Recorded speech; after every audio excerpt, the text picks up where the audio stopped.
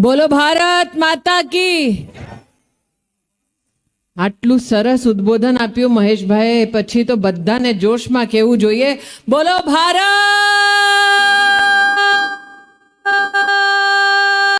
માતા કી। भारतीय जनता पार्टी के वरिष्ठ नेता, सांसद, पदाधिकारी, जनप्रतिनिधियों की ओर से आज इस तपतपाती धूप में यहां पधारी स्नेही बहनों को, सम्मानित भाइयों को मैं सर्वप्रथम प्रणाम करती हूं, आप सबका वंदन एवं अभिनंदन करती हूं। બધાને કદાચ લાગતું હશે કે કેમ બેન હિન્દીમાં બોલે છે, રાહુલને ગુજરાતી આવડતી નથી એટલે ઠેઠ સૌરાષ્ટ્રથી રાહુલ સુધી આવાજ પહોંચે। આપ સૌની આજ્ઞા हो तो थोड़ी गुजराती અને थोड़ी हिंदी बोलूं ચાલે?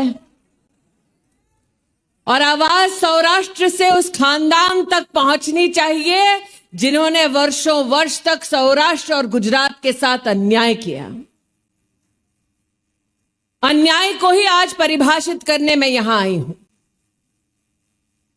वर्षों वर्ष सौराष्ट्र की मांग थी कि मां नर्मदा का आशीर्वाद हर घर हर गांव तक पहुंचे। वर्षों वर्ष तक सौराष्ट्र की, गुजरात की यह मांग थी कि मेहनत कर गुजराती दिन रात मेहनत करने के बाद अपना पेट काट कर जो टैक्स का पैसा भरते थे, वो टैक्स का पैसा गुजरात के खाते में भी आए ताकि गरीब जनता का उद्धार हो सके। वर्षों वर्ष सौराष्ट्र के नागरिक इस संकल्प के साथ कि भारत को सशक्त करने के लिए, चाहे हमारा वो खेडूत हो, चाहे हमारा वो व्यवसायी हो, चाहे साधारण नागरिक हो, नौजवान हो, बेटी हो, हमारी अपनी प्रतिभा के माध्यम से सौराष्ट्र में उद्योग को बढ़ावा देना चाहते हैं, लेकिन उसके लिए व्यवस्थाओं की दरकार है। ऐसे सौराष्ट्र में जब आज आपको संबोधित करती हूं तो कांग्रेस ने वर्षों वर्ष क्या अन्याय किया है जनता के साथ, आज वो आपको बतलाना चाहती हूं। મને ખાતરી છે કે કોંગ્રેસના નેતાઓને હું જે કહીશ એ ગમશે નહીં। 2 દિવસો પહેલા હું દક્ષિણ ગુજરાતમાં હતી ત્યારે પણ જ્યારે હું વાસડા અને ચીખલી ગઈ ત્યારે લોકોએ મને કીધું, બેન તમને ખબર છે રાહુલ ગાંધીએ નવો બફાટ કર્યો છે? મેં એમને પૂછ્યું, શું થયું ભાઈ? કહેજા ગાંધી પરિવારનો યુવરાજ શ્રી असमમાં ગયા था, એમને કહ્યું કે गुजरात में लोग चाय पीते हैं। पीवे छे भाई, हाँ। क्या जेटला लोको गुजरात में चा पीवे छे, गुजरात की प्रजा ने जेटला नाना नाना व्यापारीओ, नाना नाना दुकानना लोको चा आपे छे, आवा व्यापारीओ अने आ नाना नाना आपड़ा दुकानना जेटला मालिको छे एना खिस्सामांथी राहुल गांधीए कह्युं के पैसा काढी लेशे। ज्यारे मैं आ वात सांभળી त्यारे मैं कीधुं साची वात छे भाई। जिसके दामाद ने गरीब किसान की जमीन लूट ली, वो गुजरातियों के खिस्से में पैसा निकालकर लूटने की बात नहीं करेगा तो और कौन करेगा? वो एटले आजे सौराष्ट्रनी धरतीथी राहुल गांधी ने कहेवा इच्छुं छुं के आजमावी ले गुजरात ने, चाणु चाण पाणीनुं पाणी थई जशे, खबर पड़शे तने पण। गुजरात ने कई आपी ना शक्या, खिस्सामांथी पैसा काढवानी वात करे छे। अरे ज्यार सुधी नरेंद्रभाई मोदी जीवता छे त्यार सुधी तू गुजरातनुं बालपण बाको नहीं करी शके। जा, मैं अचंभित हूं कि गुजरात का अपमान, गुजरात का तिरस्कार कितना कर सकता है ये व्यक्ति। जिस प्रदेश में जाए गुजरात के खिलाफ जहर उगले, जिस प्रदेश में जाए गुजरातियों के खिलाफ उस प्रदेश की जनता को भड़काए। क्या ये लक्षण है ऐसे व्यक्ति को जो देश को जोड़कर रखना चाहता है? ये वो व्यक्ति है जो अपनी राजनीति को चमकाने के लिए देश के टुकड़े करना स्वीकार करता है। ये वो सज्जन है जिसने भारत की राजधानी में भारत के टुकड़े होने के नारे का समर्थन किया। ये वो व्यक्ति है जो स्थानिक स्वराज चूंटनी से गायब है।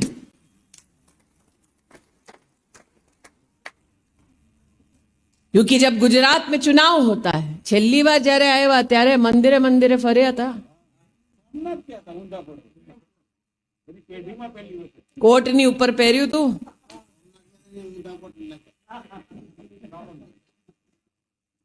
जिनको मंदिर और भगवान सिर्फ तब याद आते हैं जब वोट की माया उनके सामने प्रस्तुत होती है, उनको मैं कहना चाहती हूं कि आप आए और गुजरात में विकास के मुद्दे पर बात करके बताएं।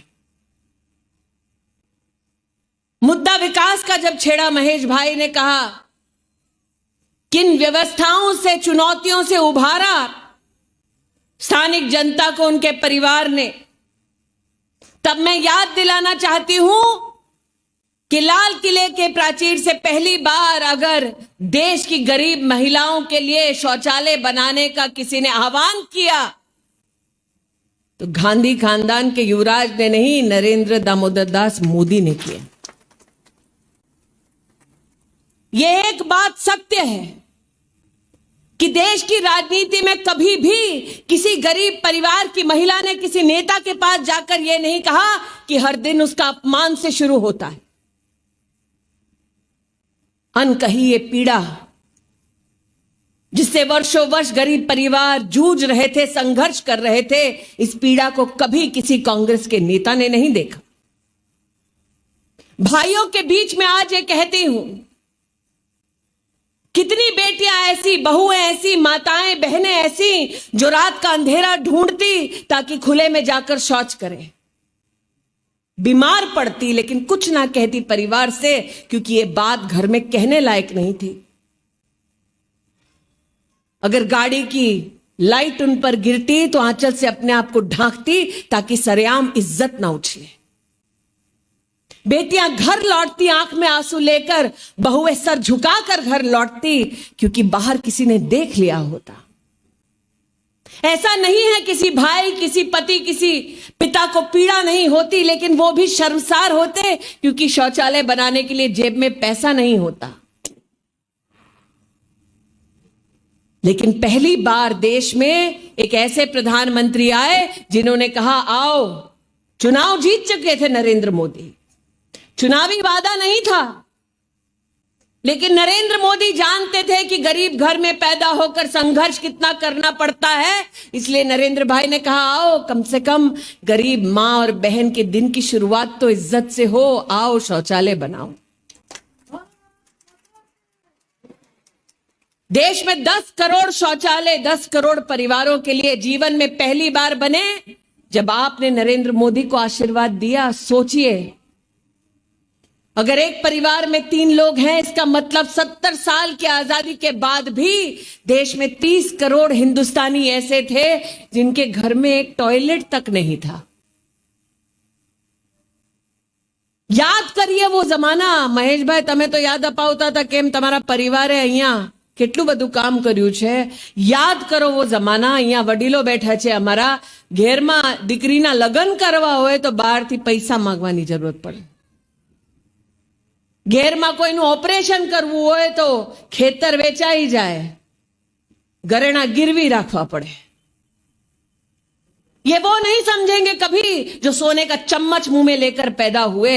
ये वो समझेगा जो गुजरात के एक छोटे से गांव में जन्मा। और इसीलिए नरेंद्र भाई ने जब अपनी सरकार की 2014 में शुरुआत की तो ना सिर्फ टॉयलेट बनाने की बात की, बल्कि कहा, आओ गरीब का एक बैंक का खाता तो खोले। क्योंकि हिंदुस्तान ने कांग्रेस की एक ऐसी सरकार देखी जिसमें कांग्रेस का नेता सरेआम बोलने लगा कि हम दिल्ली से 1 रुपया भेजते हैं तो गांवों तक पहुंचते पहुंचते 10 पैसा हो जाता है। એટલે પહેલી વાર કોંગ્રેસના નેતાઓએ સ્વીકાર કર્યું કે 90% પૈસા અમે જ ખાઈ જઈએ છીએ। और जब आपने साल 2014 में नरेंद्र भाई को अपना आशीर्वाद दिया तो नरेंद्र भाई ने वचन दिया था कि दिल्ली की तिजोरी से पैसा निकलेगा तो सीधा गांव में किसी गरीब के बैंक के खाते में पहुंचेगा। उस वचन को निभाते हुए देश के 40 करोड़ गरीबों का जीवन में पहली बार बैंक का खाता खोला तो नरेंद्र भाई ने खोला। મને હજી યાદ છે કોંગ્રેસના નેતાઓ પદાધિકારી મજાક કરતા કે આ ગરીબનું ખાતું ખોલીને તમે શું કરી લેવાના। મને હજી યાદ છે કેટલા લોકો એવું કહેતા હતા કે ગરીબના ખિસ્સામાં પૈસા જ નથી મિનિમમ બેલેન્સ માટે ખાતું કઈ રીતે ખુલશે। નરેન્દ્રભાઈને કહા એમ પૈસા નથી કઈ વાંધો નથી તમે ઝીરો બેલેન્સ થી ખોલી કાઢો पैसा અમે આપીશું। गरीब के बीच में सरकार का इतना बड़ा काम 70 साल की आजादी में पहली बार आपके आशीर्वाद से किसी ने किया तो नरेंद्र भाई मोदी ने किया। और जब लोग पूछते हैं कि इस खाते को खोलकर क्या मिला तो आज मैं कहना चाहती हूं कि सौराष्ट्र की धरती से भारतीय जनता पार्टी के सांसदों ने जब कांग्रेस की केंद्र में सरकार थी तो बार बार गुहार लगाई कि हमारू कपास खरीदी लो भाई। एमएसपी के लिए बार बार नारायण भाई पण साक्षी छे બધા મળીને કોંગ્રેસની સરકાર પાસે જતા હતા કે અમારા ખેડૂતો માટે તમે સહાય આપો એમએસપી નું ઓપરેશન કરો અને કોંગ્રેસે ચોખ્ખી ના પાડી દીધી। 2013-14 માં 1 રૂપિયો ના આપ્યો કપાસના મારા ખેડૂતોએ। कांग्रेस पार्टीए सरकार में केंद्र में ना पाड़ी અને જ્યારથી નરેન્દ્રભાઈ આયા છે ત્યારથી લઈને આજ સુધી ગુજરાતના કપાસના ખેડૂતોના સીધા બેંકના ખાતામાં કપાસના એમએસપી ઓપરેશનમાં 6000 કરોડ રૂપિયા નરેન્દ્રભાઈ આપ્યા છે। એટલે આવનારા સમયમાં ક્યારે પણ ગુજરાતની ચા પીવા રાહુલ ગાંધી આવે तो एमने जणावजो कि भाई अमे जारे तमारी सामे मांगणी करता था कि खेडूत ने सहाय आपो कपासनी खरीदी करो तमे शुं काम नहोता करता। અને જ્યારે રાહુલ ગાંધી આવનારા સમયમાં સૌરાષ્ટ્ર આવે ત્યારે એને એમ્સ નું કાર્યક્રમ જે થવાનું છે સૌરાષ્ટ્રમાં એના દર્શન પણ કરાવી આપજો નારાયણભાઈ। 60 વર્ષથી વધારે કોંગ્રેસની કેન્દ્રમાં સરકાર હતી કેમ સૌરાષ્ટ્રને એમ્સ ના આપ્યું। અરે એમ્સ ત્યારે આપવામાં આવ્યું જ્યારે આપ સૌએ નરેન્દ્રભાઈને આશીર્વાદ આપ્યું અને ભાજપને વોટ આપ્યો।